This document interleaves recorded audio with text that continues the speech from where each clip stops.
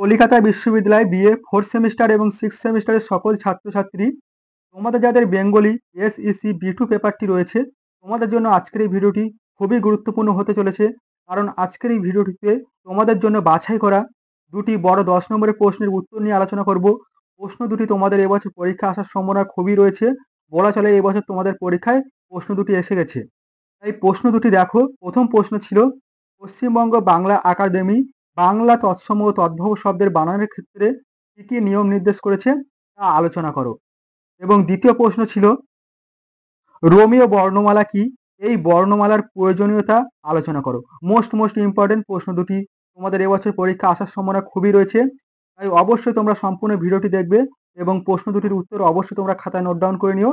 পূর্বে আমি তোমাদের এই সাবজেক্টের উপর থেকে অনেকগুলি বড় প্রশ্নের উত্তর নিয়ে আলোচনা করেছি এবং তোমাদের বিগত প্রিভিয়াস ইয়ার কোশ্চেন 2021, 22, 23 সালের এসিকিউ প্রশ্নের সম্পূর্ণ উত্তর নিয়ে আলোচনা করেছি। তোমরা যারা এখনো পর্যন্ত সেই ভিডিওগুলি দেখোনি, অবশ্যই তোমরা চ্যানেলে গিয়ে সেই ভিডিওগুলি দেখে নিও।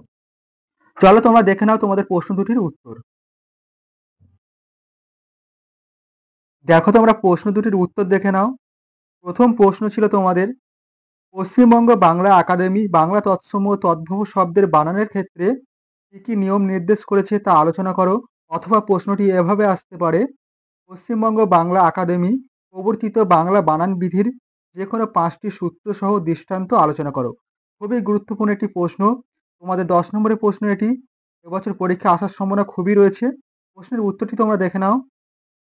প্রথম পয়েন্ট বলা হয়েছে তৎসম শব্দের বানানের নিয়ম। বাংলা ভাষায় যেসব শব্দ সংস্কৃত থেকে অবিকৃতভাবে এসেছে ও অবিকৃত রূপে থেকে গেছে, সেই শব্দগুলোকে তৎসম শব্দ বলা হয়। এসব শব্দের বানান সম্বন্ধে পশ্চিমবঙ্গ বাংলা একাডেমি বেশ কিছু নিয়ম নির্দেশ করেছে, সেগুলি নিম্নে আলোচনা করা হলো। প্রথম নিয়মে বলা হয়েছে, একের দাগে রয়েছে, রেফের পর ব্যঞ্জন বর্ণের দ্বিতীয় প্রয়োজন নেই। পশ্চিমবঙ্গ বাংলা বানান বিধিতে রেফের পর ব্যঞ্জন এর দ্বিতীয় বর্জন করা হয়েছে, যেমন ধর্ম, কর্ম, অর্চনা, অর্জুন প্রভৃতি। দ্বিতীয় পয়েন্ট বলা হয়েছে, রিকারের ব্যবহার। বলা হয়েছে প্রাচীন ভারতীয় আর্য ভাষা রি এর ব্যবহার ছিল, রিকার এর ব্যবহার সংস্কৃতে থাকার কারণে তৎসম বানানে রিকার ব্যবহৃত হবে, যেমন ঋগ্বেদ, ঋষি প্রভৃতি। পরবর্তী 3 নম্বর বলা হয়েছে, তালবেশ মূর্ধন্য ষ দন্তেশ এর প্রয়োগ।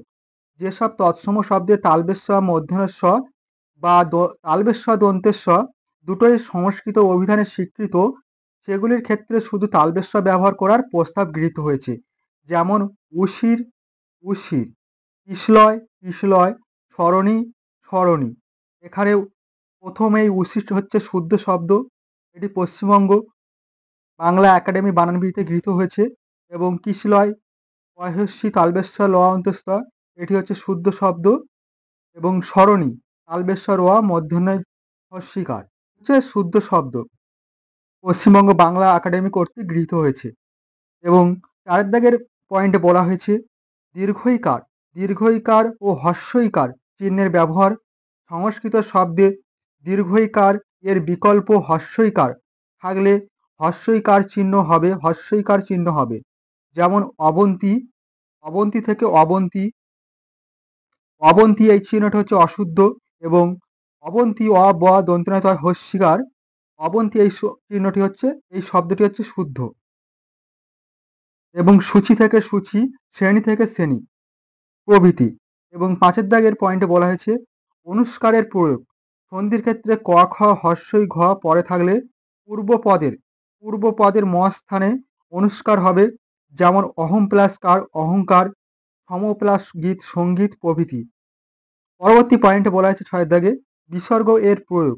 শব্দের শেষে বিসর্গ থাকবে না, যেমন কার্যত, কার্যত, প্রথমত, প্রথমত, মূলত, মূলত। সঠিক উত্তর হচ্ছে কার্যত। এবং প্রথমত থেকে প্রথমত এবং মূলত থেকে মূলত, শব্দের শেষে বিসর্গ থাকবে না। পরবর্তী পয়েন্ট, অর্ধ তৎসম শব্দের বানান বিধি। বলা হয়েছে, বাংলা ভাষা গঠনের সময় প্রকৃত বা অপভ্রংশ থেকে যেসব শব্দ পরিবর্তিত হয়ে বাংলা ভাষায় গৃহীত হয়েছিল, সেগুলিকে বলা হয় তদ্ভব শব্দ। পশ্চিমবঙ্গ বাংলা একাডেমি এই শব্দের বানানের বেশ কিছু নিয়ম নির্দেশ করেছে, সেগুলি নিম্নে আলোচনা করা হলো। প্রথম নিয়ম রয়েছে হ্রস্বইকার, দীর্ঘইকার, হ্রস্বউকার, দীর্ঘউকার এর ব্যবহার।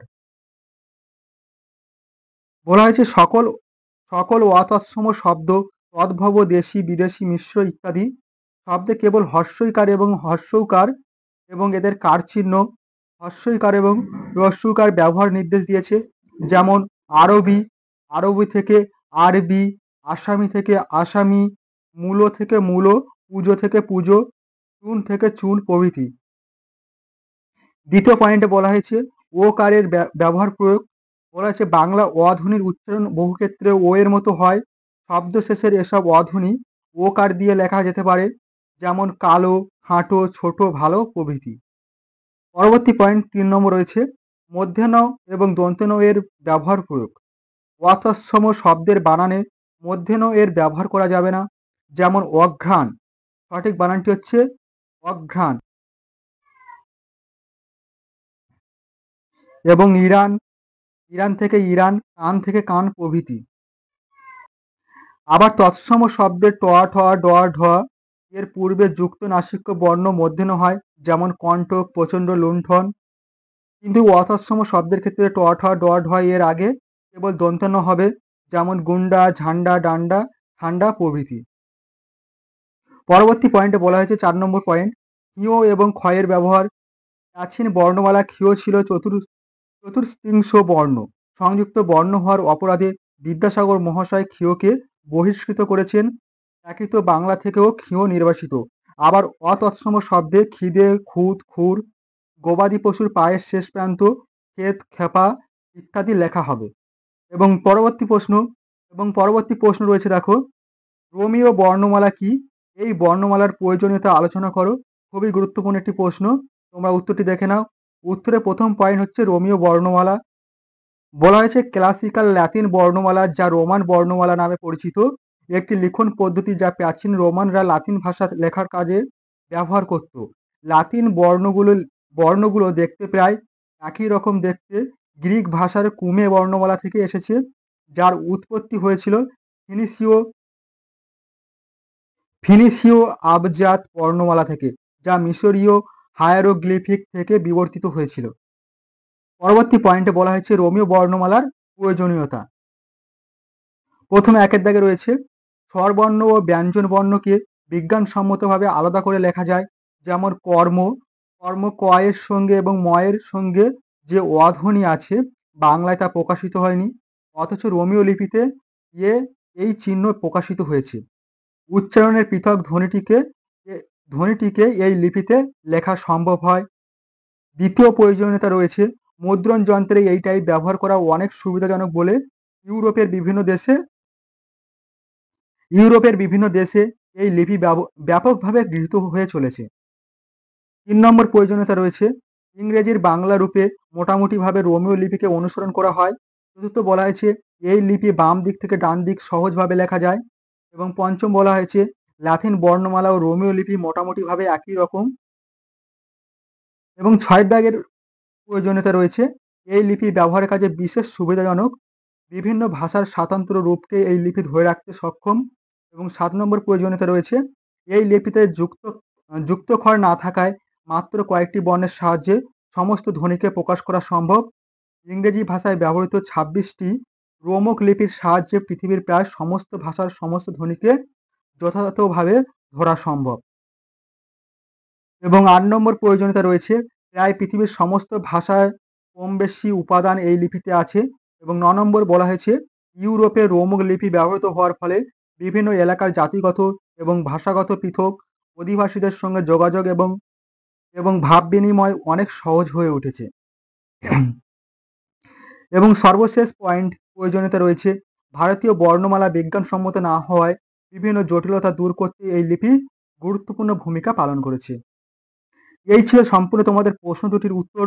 তোমরা অবশ্যই এই প্রশ্ন দুটির উত্তর খাতায় নোট ডাউন করে নিও এবং অবশ্যই এই প্রশ্ন দুটি তোমরা পরীক্ষা যাওয়ার আগে ভালোভাবে প্র্যাকটিস করে যেও। অবশ্যই তোমরা এই প্রশ্ন দুটি তোমাদের পরীক্ষা খাতায় কমন পাবে এবং তোমরা উপকৃত হবে। ভিডিওটি আজ এই পর্যন্ত। তোমাদের সঙ্গে দেখা হবে পরবর্তী একটি গুরুত্বপূর্ণ ভিডিওতে। তোমরা অবশ্যই এই ভিডিওটি তোমাদের বন্ধুদের কাছে শেয়ার করে দিও এবং তোমরা যারা আমার এই চ্যানেলে নতুন আছো অবশ্যই তোমরা চ্যানেলটি সাবস্ক্রাইব করে রেখো এই ধরনের গুরুত্বপূর্ণ ভিডিও আরও পাওয়ার জন্য।